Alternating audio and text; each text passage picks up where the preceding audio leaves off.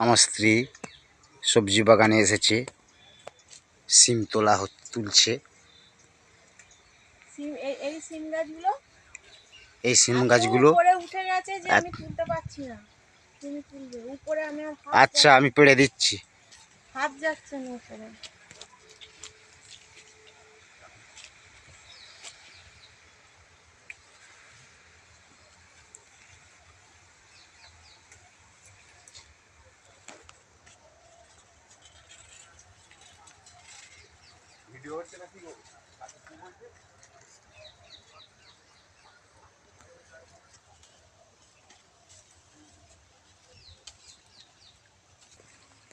পেঁয়াজ সাই তুলছে, আজ রান্না হবে। অনেকগুলো হয়ে গেছে পেঁয়াজ সাই। বড় বড়গুলো সব তুলে নাও, না হলে আবার জল দেয়া হবে আজ, আর তুলতে আসতে পারবে না 3-4 দিন এখন। আবার লোকে তুলে নিয়ে পালায়। সে তো মাঝে মধ্যে যাচ্ছে, আর কি করবে, লোকে নজর ধরা হয়ে যাচ্ছে।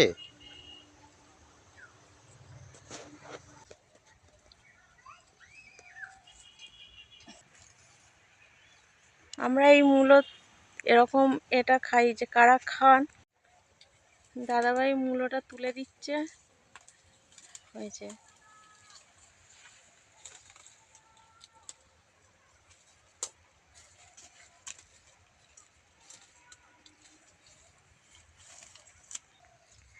অনেক মটরশুঁটি হয়েছে, খুব সুন্দর হয়েছে। মটরশুঁটি তুলছে।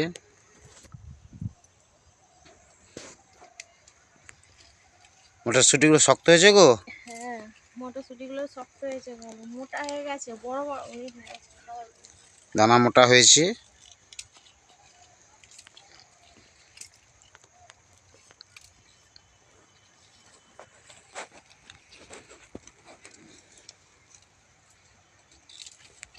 সকালবেলা কুয়াশা শিশিরে সব ধুয়ে যাচ্ছে।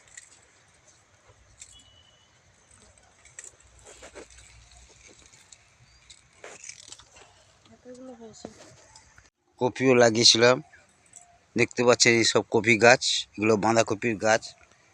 এই গুটি বাঁধা শুরু হচ্ছে, আস্তে আস্তে টাইট হবে, তখন তুলে খাওয়ার মতো হবে।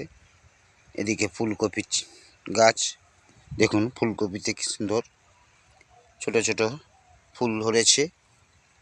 এগুলো এখনো তুলতে সময় লাগবে, আরও সপ্তাহখানেক গেলে খাবার মতো হয়ে যাবে। ছোট ছোট ফুল ধরেছে ভেতরে। আর এদিকে লঙ্কা চারা, মূলো গাছ, পালং গাছ সব দেখতে পাচ্ছেন, পেঁয়াজ গাছ,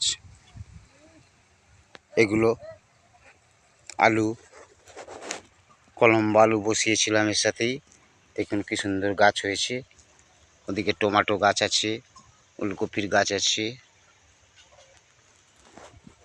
বিম গাছ, বেগুন গাছ সবই আছে, খাবার মতো সবই লাগিয়েছিলাম, খুব সুন্দর হয়েছে।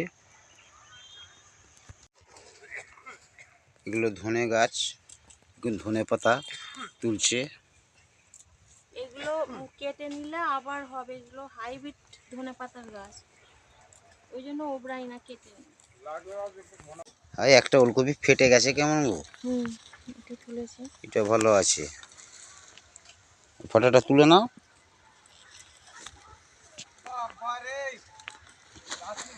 এগুলো আপনারা কি নামে পরিচিত কমেন্ট করে জানাবেন। এই কাঁচকলার মোচাটা কাটতে হয়ে ও গেছে, তাই তো গো, এখানটা কেটে দেবো। কাজের চাপে দিকে আসা হয়নি।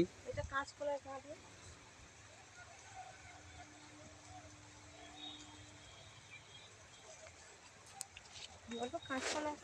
কাঁচকলার কাঁদি, মোচাটা কেটে দিলে কাঁদি কলা থেকে মোচাটা অনেকটাই ছিঁড়ে গেছে, মোচাটা কেটে দিতে হবে।